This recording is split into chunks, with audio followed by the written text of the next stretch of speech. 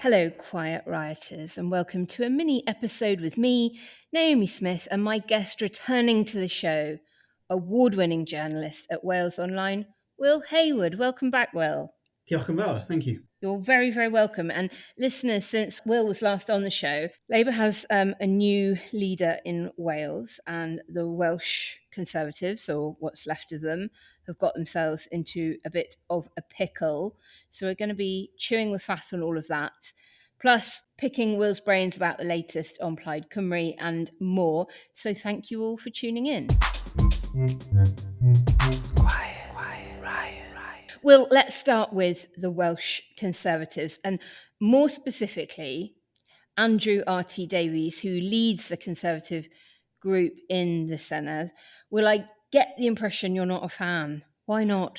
It's nothing personal. I've covered Andrew for many years, and officially in Wales, the Conservatives are the second largest party. They are the leader of the opposition. But the way Mr. Davies, especially over the last 3 years or so, has conducted it himself on social media, has really made the party less electable in Wales. He's had a series of issues. He's been investigated by the Standards Commissioner over comments he made on child migrants, which has been a real source of frustration for, I think, many in Wales, because Welsh Labour are the most successful democratic party ever. They've been the largest party in Wales for over 100 years, and they love telling people about it. That can really breed, I would suggest, complacency. Yeah. And one of the biggest things that would prevent that complacency is a viable alternative. And although Wales always does seem to vote Labour, and overall is, you'd say, probably on the left, it's on the left as a polity, but actually what you tend to find is a lot of people are quite small C Conservative, and there's absolutely a space for a moderate centre-right party in Wales. And I think that would be a real threat to Welsh Labour, but he has positioned the party as though he's running for a campaign in the southeast of England in 2016. So give me the shape of the guy. I'm trying to get a picture in my head of him. How long has he been in politics? What's his profile? What did he do before politics? Like, who is the man to kind of have this arrogance, I guess is the word, to use his social media for such unpleasant political posturing? Andrew is a farmer based in the Vale of Glamorgan, so that's just to the west of Cardiff. Privately educated, that doesn't really matter to me personally, but it would matter to some people. What he's done really is he's really gone onto the kind of GB News bandwagon, really, in terms of what he's trying to do for us. He was previously, 10 years ago, was seen as a fairly almost honest broker when it came to Welsh politics. He was seen as somebody who was on the right, but he was reasonable, he was measured, he could be thoughtful and insightful, and he actually can communicate very well. But really, especially since Liz Truss, who he backed very vociferously, he was one of only 3 Welsh Conservatives who backed Liz Truss. It's really gone quite far down the populist road, like what we saw with, for instance, GB News, where he said that the Welsh Government were giving £1,600 to all migrants who came off boats, which simply isn't true. They're giving it to about 12 children who were in care, who, as part of a study into universal basic income. That was a really controversial thing in Wales. It probably didn't permeate into the wider UK, but it's those kind of populist tones that I think have really riled up a lot of his own party. So I've spoke to people in there who are looking to move against him, but they just can't work out who's going to do it. So it sounds like he's almost been radicalised if he's gone on that journey from honest broker, sort of moderate-ish Conservative, right through to ultra libertarian. It sounds like if he was backing Liz Truss. And I do see that with an older cohort of voters, as well as, among them some politicians that are on a political journey. And the problem being is that they don't stop. They never really arrive at the destination. They just kind of keep getting further and further radicalised by GB News. The issue that he's got, and I think this is a frustration for a lot of people in his party, is he's really not aiming to win an election in Wales. There's no way that any coherent strategist would do what he is doing to try and win in Wales. But what he is doing is making himself incredibly popular with the Conservative members in Wales, who, I mean, there's not that many of them. You could probably get them on a bus. But they, as you say, as we often see with political parties, the membership tend to be more to the extreme than a lot of the actual representatives, and always quite far to an extreme of the population at large. So I think it's almost the fact that actually I don't know if he's trying to get a job on GB News afterwards. But one thing I would like to say about the Welsh Conservatives is the reason that they are really struggling is because they have never really fostered this sense of a Welsh identity. There isn't really what you would call... Okay, yeah, that is really interesting, because am I right in saying that unlike Welsh Labour, Welsh Liberal Democrats, there is no such thing as a constituted Welsh Conservative Party? Is that right? How all of the Welsh parties have constituted themselves is all very complex, but there is not a Welsh Conservative Party. It just doesn't exist. It's essentially like saying the Cornish Conservative Party or the Gloucestershire Conservative Party. At the very most, it's a branch. His own members highlight the fact that he's the leader of the Welsh Conservatives within the Senedd, which is the Welsh Parliament. And that inability to create this Welshness, this clear blue water, to steal a phrase from Rhodri Morgan, talking about Labour and clear red water, has been a real issue for the Conservatives in Wales. They are not seen as, by many people, as Welsh. There is very little to distinguish them from the UK Conservative Party. I was racking my brains to think of how... In policy terms, you mean? Yeah. Absolutely, in policy terms. So the only ways that I can see that they are distinctive in terms of what they would like compared to the UK party is the fact that they would like Wales to get a share of HS2 funding, which is a whole other issue that we could perhaps go into another time. And also they now say they support free prescriptions, which we have in Wales, but they did oppose that for almost 15 years after it was brought in. So there is very little between the UK party and the Welsh party. And that is something that Welsh Labour have actually historically done really, really well, is that they have said, we are Welsh Labour, we are not like UK Labour, and that has done really well, whereas Scottish Labour have had that issue whereby they weren't seen as Scottish enough. Welsh Labour have always been seen as distinctly Welsh. And what happened to the reform vote in Wales in July at the general election? And I ask that because of the picture you've painted for us of Andrew R.T. Davies. Is it right that perhaps he's more focused on stopping their advance than he is about being that effective opposition to Labour, as you're so desperate that Wales has? Reform did very, very well in the general election. They came second in Llanelli, which is pretty much as Labour as it gets historically. Areas where they did well were essentially the former industrial towns. It was those areas of the valleys, those South Walian areas which have got really high levels of poverty and where people have perfectly legitimate reasons to not be happy with the status quo and what both devolved and national government have done for them. And we saw with Nigel Farage, he launched his campaign on the Gurnos estate in Merthyr Tydfil. They are clearly targeting that in the upcoming election. And Andrew R.T. Davies is trying to, if you were being kind to him, you could say that he has tried to position the party in order to combat that. But the problem is a lot of reform voting is because they're not happy with the status quo and the establishment. And the Conservative Party, it's very hard to position themselves as anti-establishment, especially when they've been in government in Westminster for so long. Well, this is evidence to the point that you made earlier, there is very little to differentiate Welsh Conservatives from Conservatives in England, sort of trying to pitch towards the reform end of the political spectrum rather than setting out a conservative version of one nation conservatism that perhaps a larger cohort of the electorate could get Could I give you a really good example, just very quickly, of how that distinction doesn't really work? So the last, I think it was, we've had so many Welsh secretaries, it was maybe 4 Welsh secretaries ago, Alan Cairns was the Secretary of State for Wales.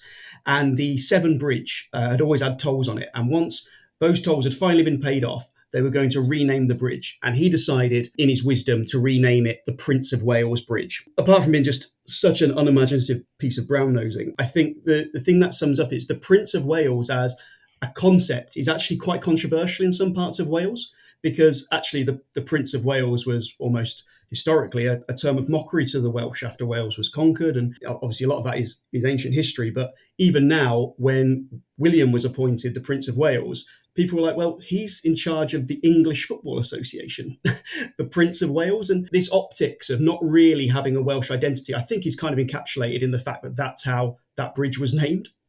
Indeed, I always cringe when I see William doing English FA stuff, because I just think, no. I mean, I'm personally not a royalist, or I'm not very supportive of the monarchy at all. So, fine, hurt yourself. But if I were you, the optics of this is so terrible. Why have you taken it on? Quiet. Let us move on then from the kind of conservative muddle that Wales has got going on to talk about the latest polling more generally, because we're midterm. We've got the next set of Senedd elections in May 2026, so we're pretty firmly midterm at the moment. Where are the polls at the moment? I mean, you can't infer too much from midterm polls, I don't think, but nonetheless they can give you a bit of flavour, particularly for our listeners that may not see many Welsh polls come up on their feeds. The polls are actually really interesting at the moment. So we're essentially 20 months out from that election. The key things to take from it is you've got Welsh Labour are doing really poorly for Welsh Labour. I saw a poll which put them pretty close to Plaid Cymru, which would be a huge shift. I mean, it'd be potentially on par of when you saw the SNP equal Scottish Labour. Reform have replaced the Tories and the Tories have gone down into fourth place. Goodness.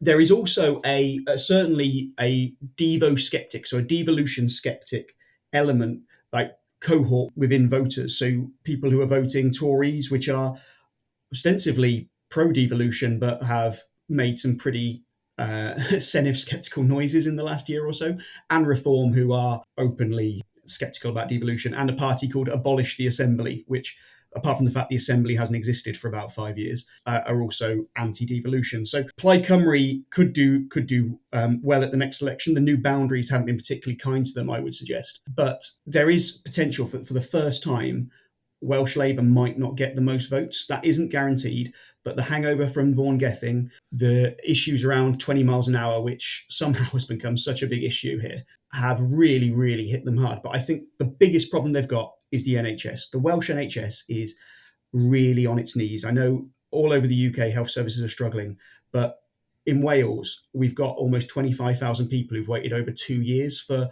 an appointment. In England, that figure is almost zero. And when you consider the relative sizes of both countries, and Welsh Labour have controlled that health service since devolution in 1999, that is a really damning indictment. And I think that is the thing that is really hitting them in the polls. Well, let's get on to Welsh Labour. For listeners less familiar with Welsh politics, I'll try and do a really quick recap. So Mark Drakeford stood down as Labour leader last year, and in early 2024 there was an election between Economy Minister Vaughan Gething and Education Minister Jeremy Miles. Gething won 52 to 48%, that cursed ratio we know all too well, and was himself forced to resign just months later on the 16th of July after 4 of his cabinet resigned from government. Those departing ministers stated that Gething's position was not tenable following his defeat in a motion of no confidence in June. And that motion had been tabled because of concerns about donations to his leadership campaign and his dismissal of the Minister for Social Partnership, Hannah Blythyn, whom he had accused of leaking private messages. So his position was not great anyway, and then got weakened by the decision by Plaid Cymru to end its cooperation agreement with Labour, leaving Gething as the head of a minority administration. So fast forward to the 24th of July, Welsh Labour members of the Senedd nominated Baroness Eluned Morgan as new party leader. She was approved by the King on the 6th of August after having been formally nominated by a vote in the Senedd. Will, Baroness Morgan didn't stand in the February election. Is she therefore a reluctant First Minister, do you think? She has had leadership ambitions before. So she ran in 2018 against Vaughan Gething and Mark Drakeford, but ultimately came third in that. And she didn't manage to secure much support from within the party itself, so the other members. One of the reasons that she has been selected is because nobody really dislikes her. She's a very genial character. She backed Vaughan Gething, but wasn't, I would say, massively outspoken in his favour as well. So both sides found her palatable. She's been in politics a very long time, since she was in her 20s. She was a member of the European Parliament. She's also got quite a bit of a character about her. A lot of people noticed her during the COVID inquiry when they were reading out her text, and she said, "Oh dear, we are all F-worded." And yes, I remember that. in the inquiry, she said, "Can I apologise for my fruity language? I don't think that's going to go down well with my husband, who's a priest, and being a vicar's daughter. It's probably not what you want to see." The role before this, she was desperate to get out of, which was the health minister in Wales. And the health minister before her was Vaughan Gething, and the one before that was Mark Drakeford. So, and you just talked about the dire state of the NHS in Wales. It seems the way to lead Wales is to fail in the health service, essentially. That's the way to the top. But I wouldn't say that she's going to be a massive change of pace or change of direction for Welsh Labour. She announced, as soon as she came in, she announced over the summer they were going to do a listening exercise, a big listening exercise to understand. And the problem is, if you've been in power for 26 years, people might ask why you haven't already listened. So that's been what they've done so far. I think people have been frustrated that they haven't been more outspoken about a lack of funding coming from Westminster, because, the fury they had with the Conservative government, barely a day went past when they weren't complaining about a lack of support for public services in Wales. But now there hasn't really been a peep, even though there's been no additional funds coming to Wales since Labour came to power. Obviously, it's very early days, but the mood music at the moment is there's not going to be a lot coming, especially before the election. So she's not going to probably kick up a fuss with regard to Westminster, but she is a first language Welsh speaker. So she speaks Welsh fluently. She does press conferences very comfortably in Welsh. And that was something that Vaughan Gething was always going to be a weakness for him, whereas Mark Drakeford could stand up, speak in fluent Cymraeg, and that does almost head off some of the challenge from Plaid Cymru. Well, that is fascinating. One question that popped into my head, going back to Andrew R.T. Davies, was you said he'd backed Liz Truss in the last contested Tory leadership campaign. Do we know who he's backing this time round? I don't know off the top of my head. I wouldn't be surprised if it was Kemi. Badenoch, right. Okay. She has made some fairly Devo-skeptic mood music in the last few weeks, so I wouldn't be surprised if it was that, but I couldn't tell you off the top of my head. And what next for Plaid? Do you think they'll look more fondly on Baroness Morgan than they did on Vaughan Gething? Vaughan Gething was a real gift to Plaid because they were planning on ending the cooperation agreement anyway. There was no way they wanted to go into a Senedd election essentially as almost what could be seen as a junior partner in a coalition, even though it technically wasn't a coalition. But for all intents and purposes, they were propping up a Labour government. So that was going to end. And Vaughan Gething gave them a really good opportunity to say, no, we are leaving. Very dramatic, lots of headlines. I know for a fact that they would not have backed Vaughan Gething to get his budget through in the autumn. They have indicated that they would be willing to help another Welsh Labour minister get their budget through, simply to allow people to be paid in public services.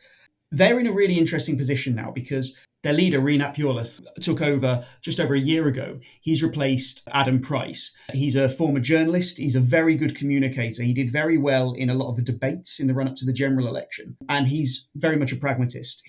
Although he supports Welsh independence, he hasn't put it front and centre. And he clearly intends to try and do what very few Plaid Cymru leaders have done and win in the South Wales valleys, which is essentially where Plaid have to win to increase their amount of Senedd members. So they are in an interesting position. They are desperately trying to put some clear water between them and Welsh Labour, and the issues in the Welsh Health Service and the Welsh schools at the moment is making it quite easy for them to do that. So if you're leaving Welsh Labour, if you voted Welsh Labour but you are not happy, you can either go to the Conservatives or Reform, but many more people will more likely feel comfortable with Plaid Cymru than they would with parties on the right. So there is a real opportunity here for Plaid. The big issue will always be that they have very few resources. They've got a lot less money than the other parties. But there is an opportunity, and some of the polls are putting them performing very strongly, especially because they always do better in a Senedd election than they do in a general election, when a lot of people would default to Labour because they see a vote for Plaid as a wasted vote, essentially.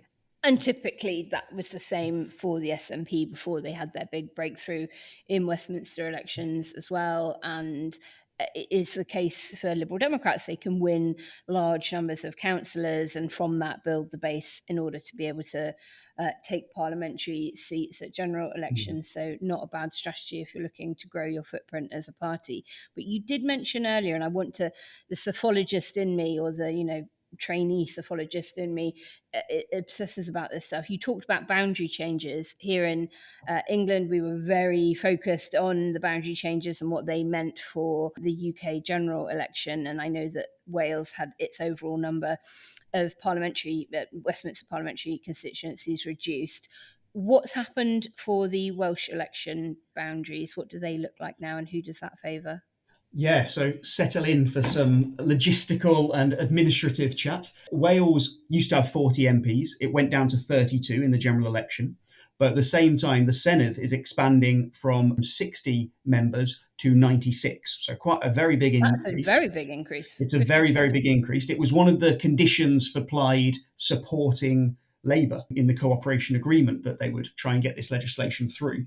Now, what they've decided to do is they're going to have 16 constituencies. Now, you can call them super constituencies, however you want to phrase it. But what they're going to do to try and make it less complicated, they're going to pair the 32 Westminster seats to make 16 Senedd seats. So essentially, they will put two Westminster seats together to make one big Senedd seat. And each Senedd seat will have 6 members and representatives. There are a lot of reasons to criticise this, and people have. I mean, you've got huge geographical areas which are now lumped in as one seat. They're using a closed list system, so it's very hard for members of the public to get rid of an individual member. It gives the parties a lot of control. It makes it very hard for individual MSs to go against their own party, which I would suggest was part of the reason that they did it. But it will also make it, the idea is that it will make it easier for backbenchers to scrutinise the Welsh government, because if you've got a parliament of 60 and there are 20 people within the government, then almost a third of your members are actually part of the government, and it does make it harder to scrutinise them. Their new proposal been made. They're not going to be finalised until next year. It's going out to consultation. It's hard to know exactly how it's going to play out because we haven't seen these constituencies yet in a Senedd context. But at the moment, it looks like it's going to be quite tough on Plaid Cymru. It seems to divide a lot of areas where they've got support. It's going to make it hard for them to get lots and lots of members. But ultimately, with these systems, as we saw with the Conservatives and first past the post, these systems are really tough on parties until they're not. As soon as it flicks, you can see actually quite big swings. So I don't think Plaid have given up hope, but I know that they don't feel it's been favourable to them at the current stage. Well, that is all we've got time for today. Will, thank you so much for joining me. I found that fascinating, and I hope our listeners will have found it useful to get a deep dive into the politics of one of the nations that makes up our amazing country. Thank you so much for joining me. It's an absolute pleasure. Thanks for having me.